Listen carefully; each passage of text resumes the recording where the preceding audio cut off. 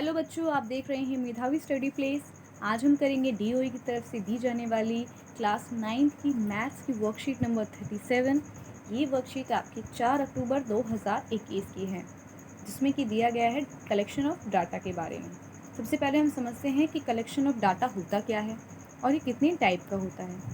तो collection of data जो है उसका अगर हम हिंदी में मतलब समझें, मतलब कि डाटा को इकट्ठा करना, किसी भी तरीके के आंकड़ों को इकट्ठा करना।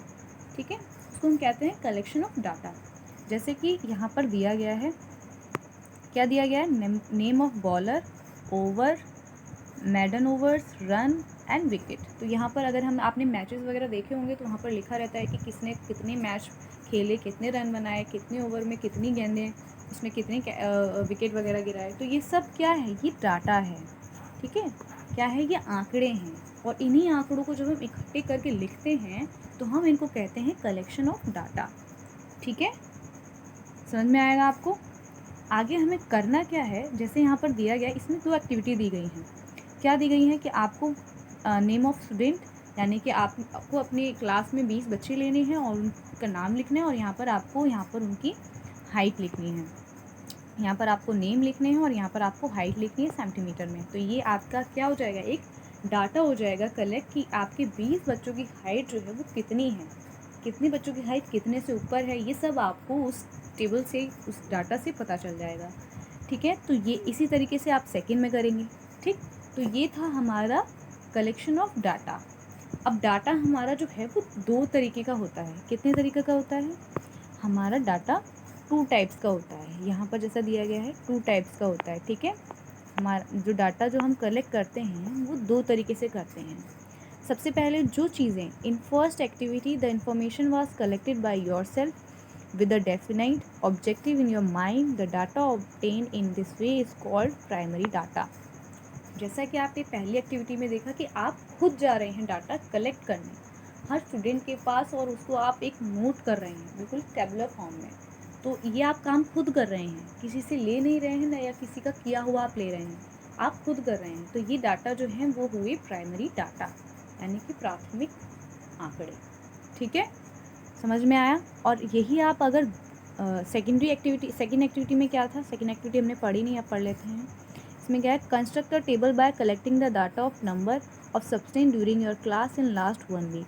तो आपको क्या करना है कि यहाँ पर आपको एक टेबल बनानी है कि आपने कितने दिन किए और कितने आपने एब्सेंटेज लगाए और कितने आपने क्या कहते हैं कि एक हफ्ते में आपने कितने टाइम आप क्लास में एब्सेंट रहे, ये पूरा आपको डाटा बनाना है। ठीक है, तो इसमें आप क्या करेंगे, ये जो डाटा बनाएंगे आप कहाँ से बनाओगे, टीचर से, रजिस्टर वगैरह से कलेक्ट करोगे, ये कहाँ से करोगे, ये खुद भी कर सकते हैं आप। ठीक है, तो in second activity you can gather the information from the available school record which already had the information. The data obtain in this way is called secondary data.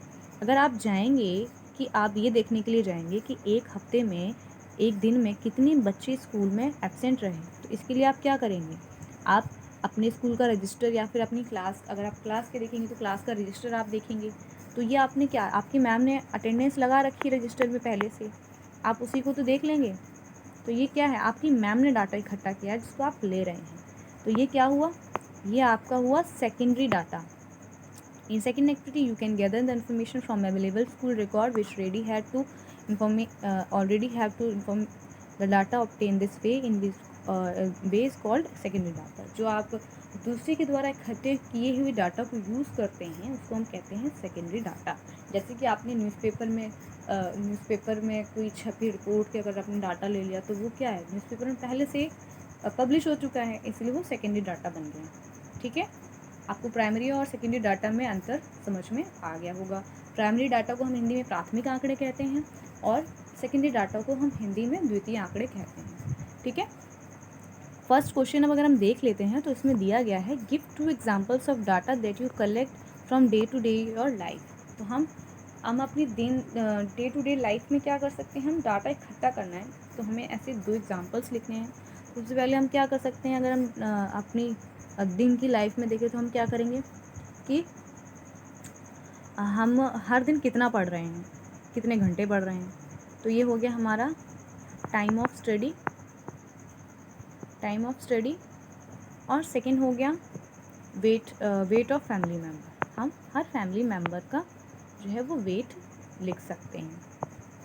ठीक है बच्चों, ये आप डाटा खुद लिखोगे, आप टेबुलर फॉर्म में इसको कन्वर्ट करोगे।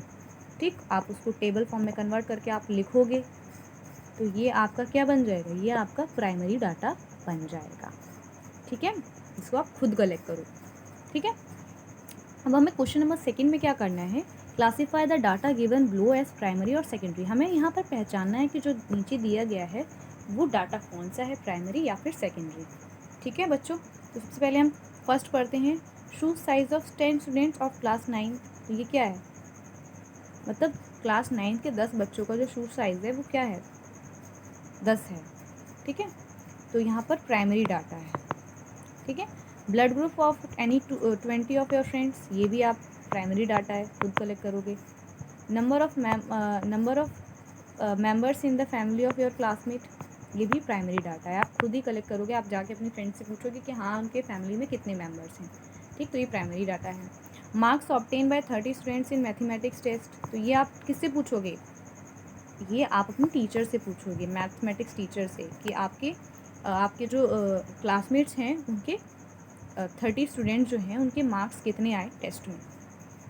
ठीक है, ऐसे ही question number 4, number of plants plant by 100 school during Van Mahotsav, यानी वन महोत्सव के दौरान 100 स्कूलों में कितने प्लांट्स लगाए गए, ये आपको कलेक्ट करना है। तो ये आप कैसे कलेक्ट करोगे, ये स्कूल्स की मदद से करोगे कि हर स्कूल से आप डाटा कलेक्ट करो कि उस स्कूल ने कितने प्लांट लगाए, उस स्कूल ने कितने प्लांट लगाए। तो हर स्कूल ने पहले से ही डाटा इकट्ठा करके रखा है कि हमने इतने प्लांट लगाए, हमने 4 प्लांट लगाए, हमने 3 लगाए, हमने 5 लगाए।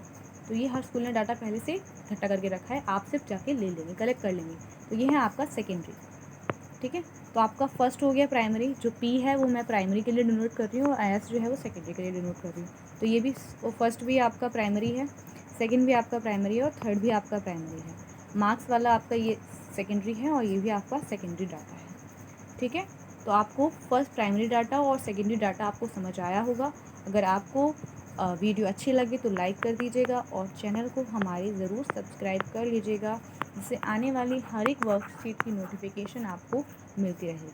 ठीक है, थैंक यू।